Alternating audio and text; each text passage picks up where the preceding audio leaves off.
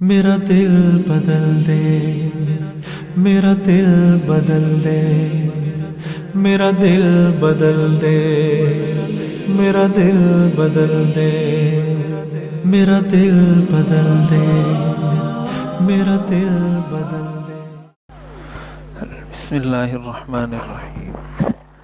الحمد للہ رب العالمین والصلاة والسلام علی رسولہ محمد خاتم النبیین وإمام المتقین وقائد الغر المحجلین وعلى آلہ وأصحابہ اجمعین، اما بعد فأعوذ باللہ من الشیطان الرجیم، بسم اللہ الرحمن الرحیم۔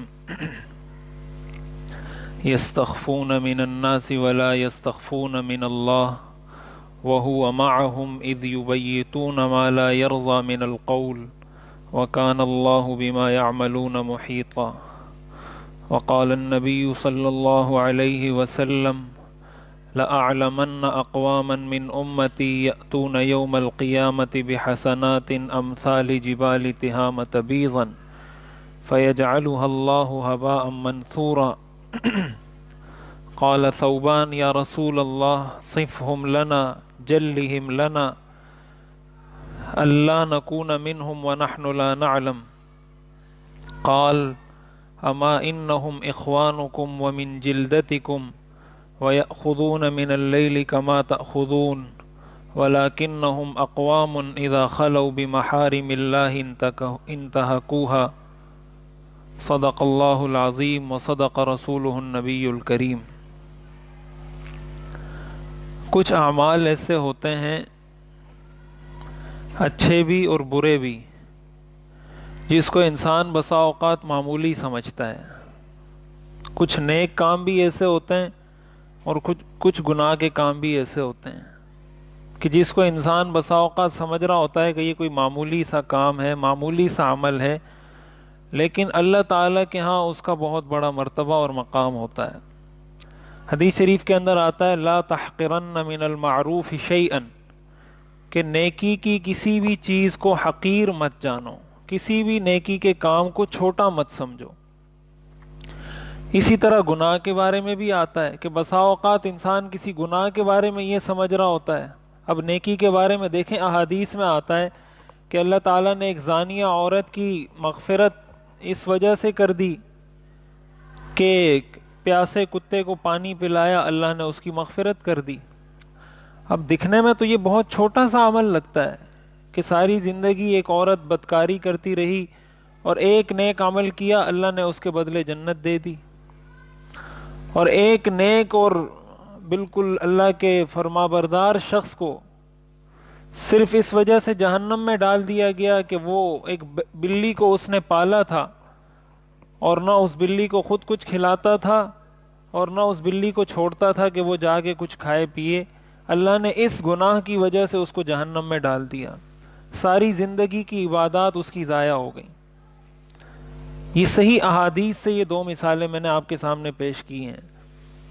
اس سے یہ معلوم ہوتا ہے کہ کبھی انسان کو کسی نیکی کو بھی معمولی نہیں سمجھنا چاہیے، کبھی کسی گناہ کو بھی معمولی نہیں سمجھنا چاہیے۔ اور اس کی وجہ یہ ہے کہ جو گناہ ہے، ہم جو کہتے ہیں نا یہ صغیرہ گناہ ہے، یہ کبیرہ گناہ ہے، یہ چھوٹا گناہ ہے، یہ بڑا گناہ ہے، تو یہ چھوٹا ہم اس کو اس لحاظ سے کہہ رہے ہوتے ہیں کہ اس بڑے گناہ کے مقابلے میں چھوٹا ہے، اس بڑے گناہ سے چھوٹا ہے، اس لیے اس کو چھوٹا کہا جاتا ہے۔ ورنہ جس طرح بڑا گناہ اللہ کی نافرمانی ہے، اسی طرح چھوٹا گناہ بھی اللہ کی نافرمانی ہے۔ علماء نے لکھا ہے بڑا گناہ آگ کا بڑا انگارہ ہے اور چھوٹا گناہ آگ کا چھوٹا انگارہ ہے۔ تو جس طرح انسان آگ کا بڑا انگارہ ہاتھ میں نہیں پکڑ سکتا، اسی طرح آگ کا چھوٹا انگارہ بھی ہاتھ میں نہیں پکڑ سکتا۔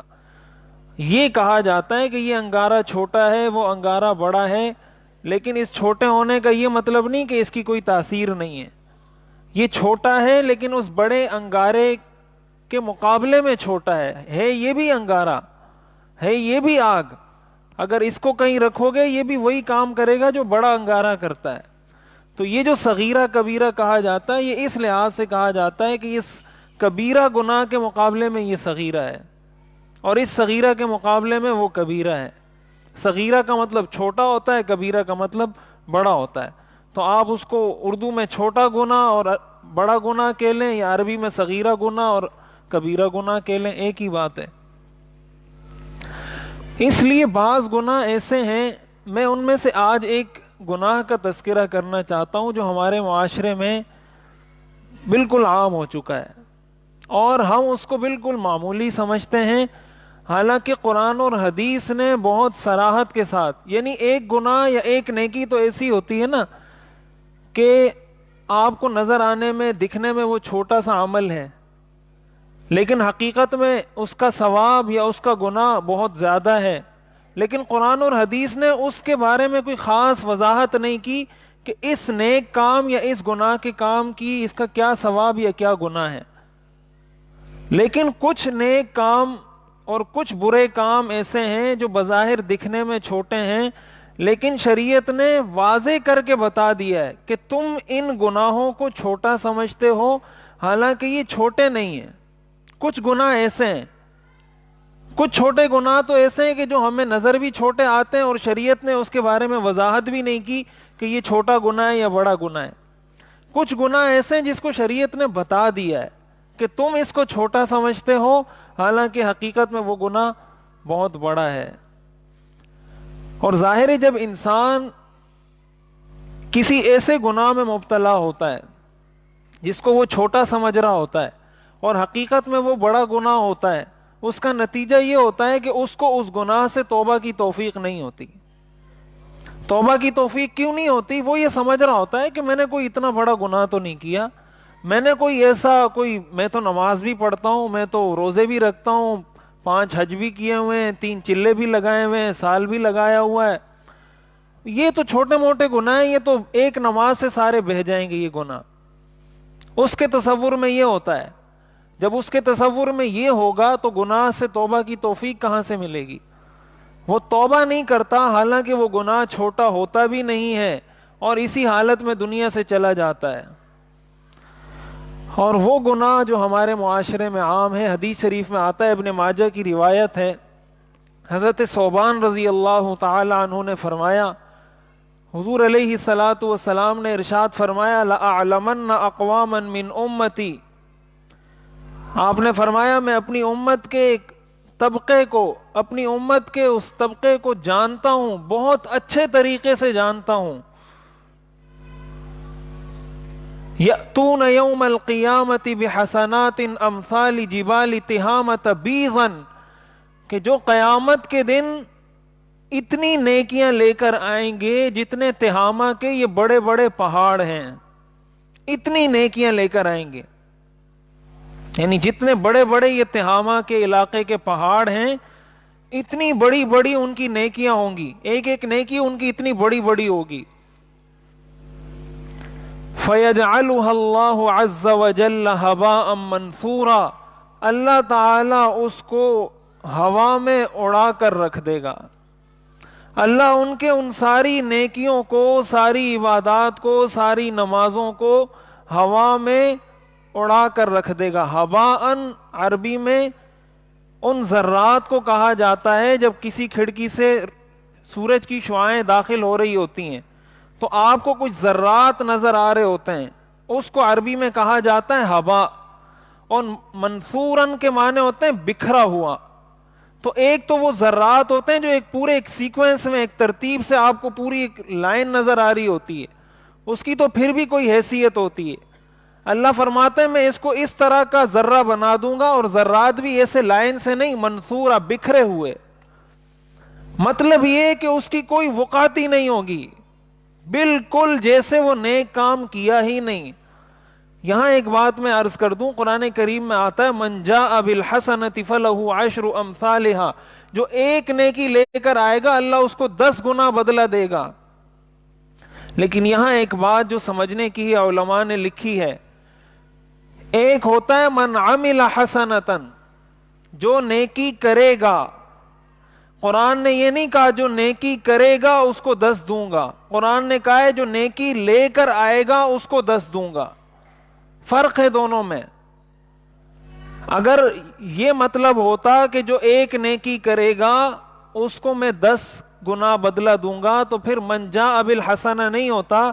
عربی میں اس کو کہا جاتا ہے من عمل حسنۃ، جو ایک نیکی کرے گا اس کو 10 گنا بدلہ دیا جائے گا. اللہ نے فرمایا من جاء بالحسنہ، جو میرے پاس ایک نیکی لے کر آئے گا فلہ عشر امثالہا، اس کو میں 10 گنا دوں گا. لہذا اپنی نیکیوں پر یہ گھمنڈ کرنا کہ میں نے اتنی نمازیں پڑھ لیے، اتنے حج کر لیے، یہ کام کر لیا، یہ کام کر لیا، اس کو محفوظ طریقے سے اللہ تک پہنچانا یہ اصل کام ہے. نیکی کرنا یہ ایک عمل ہے، پھر اس نیکی کو محفوظ کر کے اللہ تک پہنچانا یہ دوسرا عمل ہے. ہمارے والد صاحب اس کی مثال دیا کرتے ہیں کہ ایک آدمی ہے، وہ کہیں کمپنی میں کام کرتا ہے اور اس کو مہینے کے آخر میں تنخواہ ملتی ہے 20,000 30,000 40,000. سارا مہینہ اس نے محنت کی اور محنت کرنے کے بعد اس کو 30,000 روپے تنخواہ مل گئی. اب ظاہر ہے 30,000 روپے اس کی اگر تنخواہ ہے، اس نے پورے مہینے کا ایک ترتیب بنایا ہوتا ہے، بجٹ بنایا ہوتا ہے کہ اتنے کا میں نے آٹا لینا ہے، اس کی چینی لینی ہے، اس کا فلاں فلاں ساری چیزیں اس نے سیٹ کی ہوتی ہیں کہ 30,000 روپے آئیں گے تو میرے پورے مہینے کا راشن اس طریقے سے آ جائے گا. اب ایک شخص نے پورا مہینہ محنت بھی کی، کمپنی بھی جاتا رہا اور آخر میں کمپنی کی طرف سے اس کو تنخواہ مل بھی گئی، لیکن رستے میں کوئی چور ٹکر گیا، کوئی ڈاکو ٹکر گیا، کوئی لٹیرا ٹکر گیا جس نے اس کی وہ پوری جمع پونجی 30,000 روپے اس سے ایک ہاتھ لے کر وہاں سے فرار ہو گیا. اب یہ جو 30,000 روپے تھے، یہ جو مہینے بھر کی محنت تھی، یہ جو اس کی تنخواہ تھی، یہ اس کے کسی کام نہیں آئے گی. اس سے نہ یہ آٹا خرید سکتا ہے، نہ چینی خرید سکتا ہے، نہ دودھ خرید سکتا ہے، نہ بچوں کی فیسیں ادا کر سکتا ہے.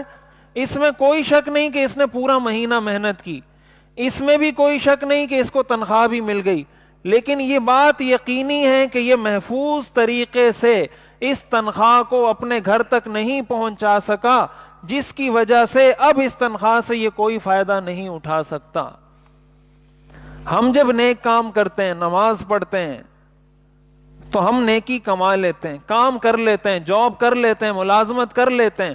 دوسرا کام ہے کہ اب اس کو محفوظ طریقے سے پہنچائیں تاکہ اس سے فائدہ ملے. یہ نیکی خود اپنی ذات میں مقصود نہیں ہے، نیکی کا مقصد اللہ تک پہنچا کر اللہ کی رضا کو اس کے بدلے میں حاصل کرنا ہے. تو اللہ نے قرآن میں فرمایا من جاء بالحسنہ، جو نیکی لے کر آئے گا اس کو 10 گنا دوں گا.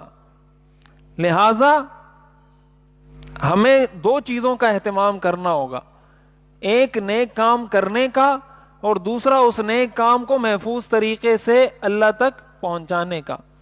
تو حضور علیہ الصلوۃ والسلام نے فرمایا کہ میں اپنی قوم کے اس طبقے کو بڑے اچھے طریقے سے جانتا ہوں جو قیامت کے دن تہامہ کے پہاڑ جیسی نیکیاں لے کر آئے گا، لیکن اللہ ان کی ان نیکیوں کو ہوا میں اڑا کر رکھ دے گا.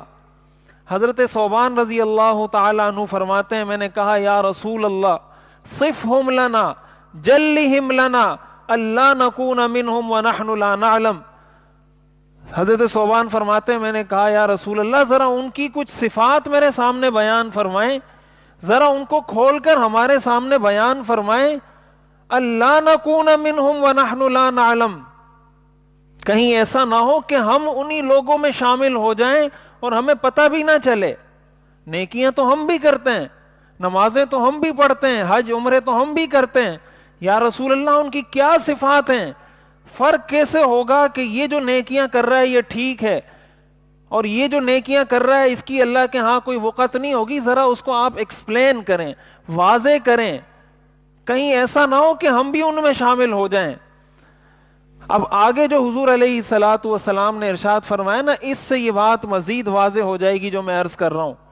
حضور علیہ الصلوۃ والسلام نے فرمایا اما انہم اخوانکم، حضور نے فرمایا وہ تمہارے بھائی ہیں، یعنی مسلمان ہی ہیں. وَمِن جِلْدَتِكُمْ، اور تمہاری کھالوں میں سے ہیں، تم ہی میں سے ہیں، تم جیسے ہیں، تمہارے جیسے ان کی شکل و صورت، تمہارے جیسا ان کا لباس، تمہارا جیسا ان کا رہن سہن، تم میں اور ان میں ظاہر کے لحاظ سے کوئی فرق نہیں ہے۔ اور اس سے آگے وَيَأْخُذُونَ مِنَ اللَّيْلِ كَمَا تَأْخُذُونَ، وہ بھی رات کو اسی طرح تہجد کی نماز پڑھتے ہیں جس طرح تم تہجد کی نماز پڑھتے ہو۔ یعنی یہ حضور علیہ الصلوۃ والسلام ان لوگوں کی بات کر رہے ہیں جو تہجد کے بھی پابند ہیں۔ تو جو آدمی تہجد کا پابند ہو وہ فرض نماز ادا کرے گا یا نہیں؟ وہ روزوں کا اہتمام کرے گا نہیں؟ حج اس پر فرض ہو وہ ادا کرے گا یا نہیں؟ زکوٰۃ فرض ہو تو وہ ادا کرے گا یا نہیں؟ جب ایک آدمی تہجد کا ایسا اہتمام کرے جیسا اہتمام صحابہ کرتے تھے تو فرائض کا وہ آدمی کتنا احترام کرے گا؟ حضور نے فرمایا یأخذون من اللیل کما تأخذون، وہ رات کو اس طرح عبادت کریں گے جس طرح تم عبادت کرتے ہو۔ اس کا مطلب یہ ہوا کہ نیکیاں ان کی پوری ہوں گی، اعمال ان کے سارے پورے ہوں گے، لیکن مسئلہ کیا ہوگا؟ آپ نے فرمایا لکنہم اقوام، لیکن یہ وہ لوگ ہوں گے اذا خلوا بمحارم اللہ انتہکوہا، کہ جب یہ تنہائی میں جائیں گے، جب یہ خلوت میں جائیں گے، جب یہ اکیلے ہو جائیں گے، وہاں پر اللہ کی نافرمانیاں شروع کر دیں گے۔ جہاں ان کو لگے گا کہ یہاں مجھے کوئی نہیں دیکھ رہا، یہاں مجھے کوئی نہیں سن رہا، یہاں میں کسی کو نظر نہیں آ رہا، جب تنہائیوں میں خلوتوں میں جائیں گے، اللہ کی نافرمانیاں کریں گے، آپ نے فرمایا یہ وہ طبقہ ہے جو قیامت کے دن تہامہ جتنی پہاڑ جیسی نیکیاں لے کر آئے گا، لیکن اللہ ان کی ساری نیکیوں کو ہوا میں اڑا کر رکھ دے گا۔ یہ وہ گناہ ہے اذا خلوا بمحارم اللہ انتہکوہا، خلوت کے گناہ، تنہائی کے گناہ، وہ گناہ جو انسان یہ سمجھ کے کرتا ہے کہ مجھے کوئی نہیں دیکھ رہا، میرا بھائی نہیں دیکھ رہا، میرا والد نہیں دیکھ رہا، میرا کوئی دوست نہیں دیکھ رہا، کسی کو کیا پتا چلے گا اگر میں نے یہ گناہ کر لیا۔ حضور نے فرمایا اگر وہ راتوں کو اٹھ اٹھ کر تہجد بھی پڑھتے رہیں، قیامت کے دن اللہ ان کی بھی ساری نیکیوں کو ضائع کر دے گا۔ اب اس سے معلوم ہوتا ہے کہ یہ وہ گناہ ہے جس کو ہم بہت معمولی سمجھتے ہیں، لیکن تحسبونہ ہینا وہو عند اللہ عظیم، تم اس کو بہت معمولی سمجھتے ہو، حالانکہ اللہ کی نظر میں یہ بہت بڑا گناہ ہے۔ قرآن کریم میں اللہ تعالیٰ نے اس کو جا بجا ذکر کیا، یستخفون من الناس ولا یستخفون من اللہ، یہ لوگوں سے چھپ سکتے ہیں، اللہ سے نہیں چھپ سکتے۔ وہو معہم اذ یبیتون ما لا یرضی من القول، اللہ فرماتے ہیں جب یہ رات کو چھپ چھپ کر باتیں کر رہے ہوتے ہیں میں اس وقت بھی ان کے ساتھ ہوتا ہوں۔ وَكَانَ اللَّهُ بِمَا يَعْمَلُونَ مُحِيطًا، اللہ تعالیٰ نے ان کے ہر عمل کا احاطہ کیا ہوا ہے۔ إِنَّهُ يَعْلَمُ الْجَهْرَ وَمَا يَخْفَى، اللہ فرماتے ہیں جو ظاہر ہے میں اس کو بھی جانتا ہوں، جو چھپا ہوا ہے میں اس کو بھی جانتا ہوں۔ اللہ کی نظر میں ساری چیزیں موجود ہیں۔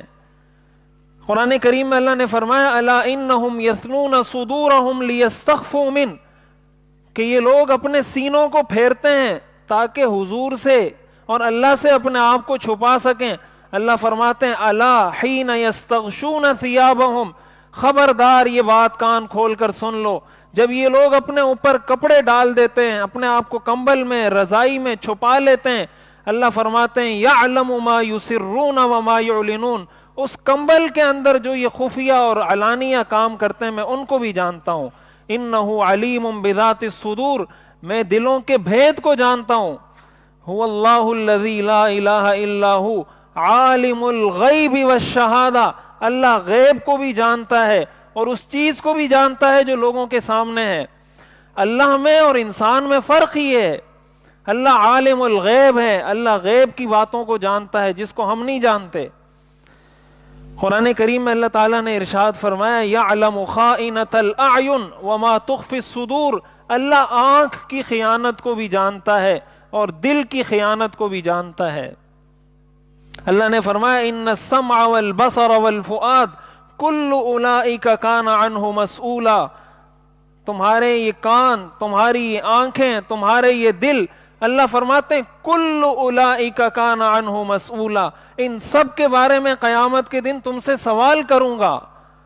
اس آنکھ کو کہاں استعمال کیا، اس کان کو کہاں استعمال کیا، دل کے اندر کیا خیالات کیا تصورات لے کر آتے رہے، ان سب کے بارے میں اللہ فرماتے ہیں میں پوچھوں گا۔ آج ہمارے معاشرے میں یہ گناہ بہت عام ہو چکا ہے، اور اس کی سب سے خطرناک صورت اسمارٹ فون ہے۔ یہ جو ہمارے ہاتھوں میں موبائل آیا ہے، انٹرنیٹ آیا ہے، اس نے جو بے حیائی کے دروازے کھولے ہیں، الامان الحفیظ۔ میں شیخ الاسلام حضرت مفتی محمد تقی عثمانی صاحب دامت برکاتہم کا ایک بیان سن رہا تھا، تو وہ یہی بات کر رہے تھے۔ انہوں نے اگرچہ یہ حدیث نہیں پڑھی، لیکن اس سے پتہ چلتا ہے کہ ہمارے اکابر اور ہمارے بڑے جو بات کرتے ہیں وہ کس طرح قرآن اور حدیث کی روشنی میں کرتے ہیں۔ وہ فرما رہے تھے اپنے بیان میں کہ اچھا خاصا نمازی ہوگا، صف اول میں نماز پڑھنے والا ہوگا، لیکن بدنظری کے گناہ میں ایسا مبتلا ہوگا کہ جب اسمارٹ فون اس کے سامنے آئے گا تو تب اس کی نظروں کے سامنے کیا کیا چیزیں گزرتی ہیں وہ کسی کو پتہ ہی نہیں چلتا۔ تو حضرت نے فرمایا، یہ میں فتویٰ نہیں دے رہا، یہ مفتی محمد تقی عثمانی صاحب کا فتویٰ سنا رہا ہوں۔ وہ فرمانے لگے، ایسا شخص جس کو اس بات کا یقین نہ ہو کہ میں اپنے آپ کو اسمارٹ فون کے گناہ سے بچا لوں گا، اپنی آنکھوں کی حفاظت کر لوں گا، اپنے کانوں کی حفاظت کر لوں گا، جس شخص کو یہ یقین نہ ہو، انہوں نے فرمایا ایسے شخص کے لیے اسمارٹ فون استعمال کرنا جائز نہیں ہے۔ ایسے شخص کے لیے اسمارٹ فون استعمال کرنا جائز نہیں ہے۔ یہ میں آپ کو ان کے الفاظ سنا رہا ہوں، مفتی محمد تقی عثمانی صاحب شیخ الاسلام، دنیا جن کے تفقہ اور جن کے علم کا اعتراف کرتی ہے، ان کے الفاظ سنا رہا ہوں آپ کو۔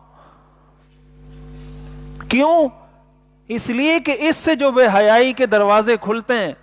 صحیح بخاری اور صحیح مسلم کی حدیث ہے، حضور علیہ الصلوۃ والسلام نے ارشاد فرمایا، العینین العینان زناہما النظر، آنکھوں کا زنا دیکھنا ہے، الاذنان زناہما السمع، کانوں کا زنا سننا ہے۔ کانوں سے انسان کیا سنے گا تو زنا ہوگا۔ کانوں سے انسان جب گانے سنے گا تو کان زانی بن جائیں گے۔ کانوں سے انسان جب بے حیائی کی باتیں سنے گا تو کان زانی بن جائیں گے۔ کانوں سے جب انسان بے حیائی کے ڈائیلاگ اور فلمیں اور ڈراموں کے ڈائیلاگ سنے گا، یہ کان زانی بن جائیں گے۔ آنکھوں سے جب بے حیائی کے مناظر موبائل اور ٹی وی کی اسکرین پر دیکھے گا، اس کی آنکھیں زانی بن جائیں گی۔ آپ نے فرمایا الید زناہا البطش، ہاتھ کا زنا پکڑنا ہے۔ ہاتھ جب کسی نامحرم پر پڑتے ہیں، کسی غلط جگہ پہ پڑتے ہیں، یہ ہاتھ زانی بن جاتے ہیں۔ اور آپ نے فرمایا الرجل زناہا الخطا، یہ صحیح بخاری اور صحیح مسلم کی حدیث ہے، متفق علیہ حدیث ہے۔ آپ نے فرمایا پیروں کا گناہ چل کر جانا ہے، گناہ کے کام کی طرف چل کر جانا، اس سے پیر زانی بن جاتے ہیں۔ تو اب آنکھوں کا زنا، کانوں کا زنا، ہاتھ کا زنا، پیروں کا زنا، یہ وہ چیزیں ہیں جو کسی اور کو نظر نہیں آتی، یہ صرف اللہ کو نظر آتی ہیں۔ کسی کو کیا پتا آپ موبائل میں کیا سرچ کر رہے ہیں؟ اسی وجہ سے اللہ تعالیٰ نے جو قرآن میں فرمایا اليوم نطمس علی اليوم نختم علی افواہہم وتکلمنا ایدیہم، اللہ فرماتے ہیں ان کے منہ کو میں تالا لگا دوں گا، ان کے ہاتھ گواہی دیں گے۔ ہاتھ، یہ ہاتھ سے کیا سرچ کیا تھا، ہاتھ سے کیا موبائل کے اندر سکرول کرتے رہے تھے، اللہ فرماتے ہیں تکلمنا ایدیہم، یہ ہاتھ، آپ کے یہ فنگر، یہ انگلیاں اللہ کے سامنے گواہی دیں گی کہ اس سے اس آدمی نے، اس مرد نے، اس عورت نے، اس نوجوان لڑکے یا لڑکی نے موبائل میں کیا لکھ کر سرچ کیا تھا، یہ بتائے گا۔ یہ انگلیاں بتائیں گی آپ کی، انسان کی کھال بتائے گی۔ وقالوا لجلودہم لم شہدتم علینا، انسان اپنی کھال کو کہے گا کہ تم کیوں ہمارے خلاف گواہی دیتی ہو؟ اگر ہم نے جلنا ہوگا تو کھال بھی تو ساتھ جلے گی، تو کھال آگے سے جواب میں کہے گی انطقنا اللہ الذی انطق کل شیء، آج ہمیں اس اللہ نے زبان دی ہے جس نے ساری چیزوں کو زبان دی ہے۔ یہ کھال بھی ہمارے خلاف گواہ بن کر پیش ہوگی۔ یہ اللہ نے قرآن میں بتا دیا ہے، اچانک اللہ نہیں پکڑے گا، اللہ نے بتا دیا ہے کہ یہ سب کچھ ہوگا۔ تو آپ کی یہ انگلیاں، یہ ہاتھ جب آپ کے خلاف گواہی دیں گی تو پھر آپ انکار نہیں کر سکتے. دیکھیں اس کی آسان مثال، آج کے زمانے میں لوگ حیران ہوتے تھے کہ اللہ کو کس طرح پتہ چل جاتا ہے. میں جب چپ کے کام کرتا ہوں تو اللہ کو کیسے پتہ چل جاتا ہے. آج کی جدید ٹیکنالوجی نے شریعت کو سمجھنا آسان کر دیا ہے. آپ فیس بک استعمال کرتے ہیں، آپ یوٹیوب استعمال کرتے ہیں، اس میں مختلف آپشن آپ کو دیتا ہے. یہ ساری جو سوشل ویب سائٹس ہیں، آپ کوئی پوسٹ کرتے ہیں تو اس میں وہ آپ کو آپشن دیتا ہے کہ آپ اس کو پبلک کرنا چاہتے ہیں، اپنے فرینڈز تک پہنچانا چاہتے ہیں، یا صرف اپنے آپ تک اونلی می آپ محدود رکھنا چاہتے ہیں کہ یہ چیز صرف مجھے نظر آئے. تو آپ مجھے یہ بات بتائیں کہ آپ اگر کسی پوسٹ کو فیس بک پر ڈالتے ہیں اور وہاں اونلی می لکھ کر پوسٹ کر دیتے ہیں، تو کیا فیس بک بنانے والے کو پتہ چلتا ہے یا نہیں چلتا کہ اس نے یہاں اونلی می میں کیا رکھا ہے؟ جس نے فیس بک بنایا ہے کیا اس کو پتہ نہیں چلتا کہ اس نے اونلی می کر کے اپنی پرائیویسی رکھ کر جو چیز پوسٹ کی ہے کیا لکھا ہے اور کیا نہیں لکھا؟ جس نے فیس بک بنایا اس کو پتہ چلے گا یا نہیں چلے گا؟ اگر اس کو پتہ نہیں چلتا تو یہ آپشن کام کیسے کرتا ہے؟ اس کو پتہ چلتا ہے جبھی تو اس نے یہ آپشن بنا کے دیا آپ کو. تو بھائی جب فیس بک بنانے والے کو اونلی می کا پتہ چلتا ہے تو انسان کو بنانے والے کو اونلی می کا پتہ نہیں چلے گا؟ جس اللہ نے انسان کو بنایا وہ کچھ کام اونلی می کر کے رکھ دیتا ہے کہ کسی کو پتہ نہیں چلے گا. اللہ فرماتے میں نے تجھے بنایا ہے، میں نے بنایا ہے، یہ سسٹم میرا بنایا ہوا ہے. فیس بک والے کو اگر اپنے سسٹم کا پتہ ہے تو انسان بنانے والے کو بھی اپنے سسٹم کا پتہ ہوگا.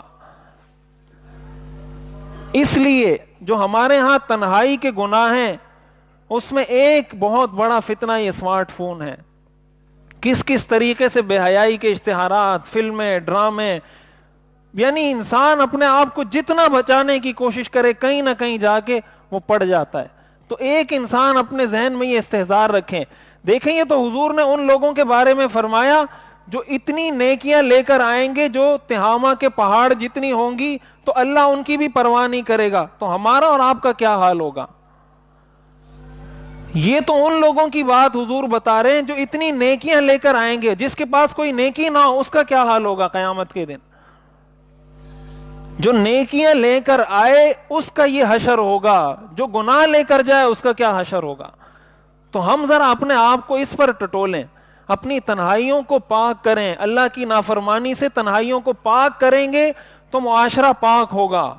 قرآن کریم میں آتا ہے لا تقربوا الزنا، زنا کے قریب مت جاؤ. زنا کے قریب انسان اسی طرح جاتا ہے، پہلے اس کی آنکھ زانی بنتی ہے، پھر اس کے کان زانی بنتے ہیں، پھر اس کی زبان زانی بنتی ہے، پھر اس کے ہاتھ زانی بنتے ہیں، پھر اس کے بعد وہ زنا میں مبتلا ہوتا ہے.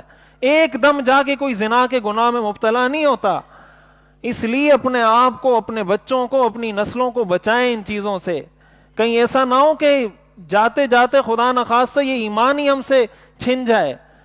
اس لیے کہ حدیث میں آتا ہے، علماء نے لکھا ہے کہ انسان جب بد نظری کرتا ہے ایسے آدمی کو کبھی ایمان کی حلاوت، ایمان کی مٹھاس نصیب نہیں ہوتی.